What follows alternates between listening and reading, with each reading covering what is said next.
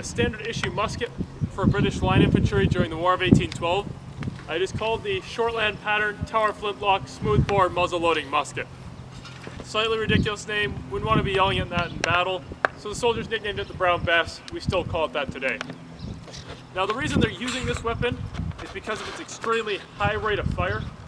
The average soldier is expected to be able to get off 4 rounds per minute. Which may not sound like a lot, but it is the machine gun of the time. For that reason, all major armies are using this weapon or something very similar. The French have the Charleville, the Americans the Springfield. Slight dimensional differences, but otherwise the exact same weapon in operation. So loading the weapon. My arm. I open up the prison and expose my priming pan. I reach into my cartouche and grab out a cartridge. So this cartridge is blue because it's a blank. Historically, however, there would have been a lead ball and then 120 grains of black powder. I just have the black powder in here. Put it to your mouth, you're gonna rip the top off. You need to have 2 teeth, one above the other in order to rip the cartridge.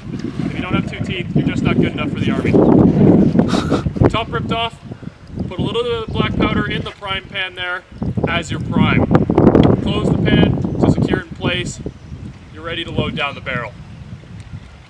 So at this point, I'm going to take the rest of the black powder and put that down the barrel first, then the ball, and then all of the paper. The paper helps with accuracy, so it's very important to get that down there as well.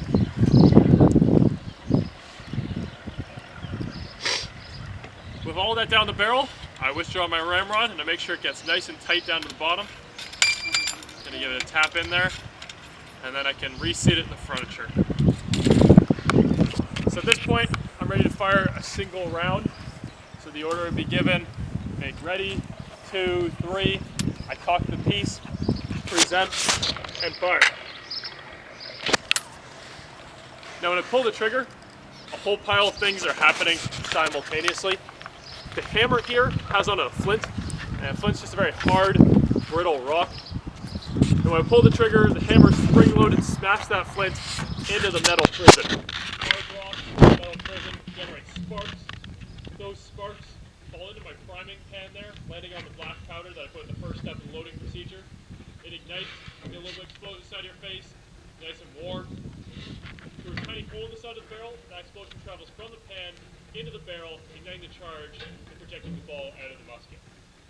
Now of course there's a lot of things that could go wrong in that loading and firing procedure, and as a result, there's a 30% misfire rate with this weapon. Which means every 10 times pull that trigger, 3 of those times, nothing, you're just standing there. And that's accepted by the men, by the officers, as just one of the natural limitations of the Brown Bess and the technology. Now beyond that misfire rate, we also have a problem with accuracy. So the accuracy of double effect is a smoothbore weapon. It's completely smooth on the inside. And the reason they do this is it's relatively cheaper and faster to manufacture a smoothbore weapon during the time period. It's also much quicker to load. I can throw a ball or a ramrod down, no problem. When the ball comes out, sort of rattles around in there, and it goes off wherever it pleases. And as a result, effective accuracy is only 75 yards, more or less here to the palisade wall. Any further than that, you really don't have a chance of hitting what you're aiming at unless you're very skillful or very lucky. Now they did have rifles in the time period, and a rifle, of course, having a helix groove down the inside. So when the ball comes out, it's got a spin to it, far less drag, far more accurate. But with the muzzle loading rifle, you have to push that ball all the way down that tight rifle barrel. So although you are getting up to 300 yards of effective accuracy, it's going to take you 1.5 minutes to load a single round. So there's a huge trade-off range and load time. And that's why the average soldier is sticking with this weapon. So at this point, you probably think this is a terrible weapon. Poor accuracy, high misfire rate, 4 rounds per minute, doesn't sound great. But they did have a way to make it very effective on the battlefield for well over 100 years. And they're able to do that through the use of linear tactics. So something you've probably seen in TVs or movies. The soldiers will line up shoulder to shoulder facing the enemy. They all point their muskets down range and pull the trigger at the exact same moment. And to do this, we get a literal wall of lead traveling towards the enemy, such that even if one person misses, even if one person misfires, doesn't matter. So many people are firing that someone has to hit something. If you look at the numbers within a company, there'd be 100 guys there. 4 rounds per minute, 30% misfire rate. They're still averaging 5 rounds every second. So if enough guys, we really can get a machine gun-like effect out of this weapon. So on that note, I'm going to fire off 2 rounds for you guys today.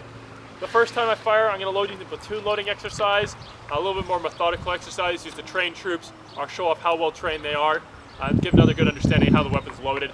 Second time I fire, I'm going to load as quick as I can, try to get that 4 round per minute, 15-second benchmark that every British soldier is striving for.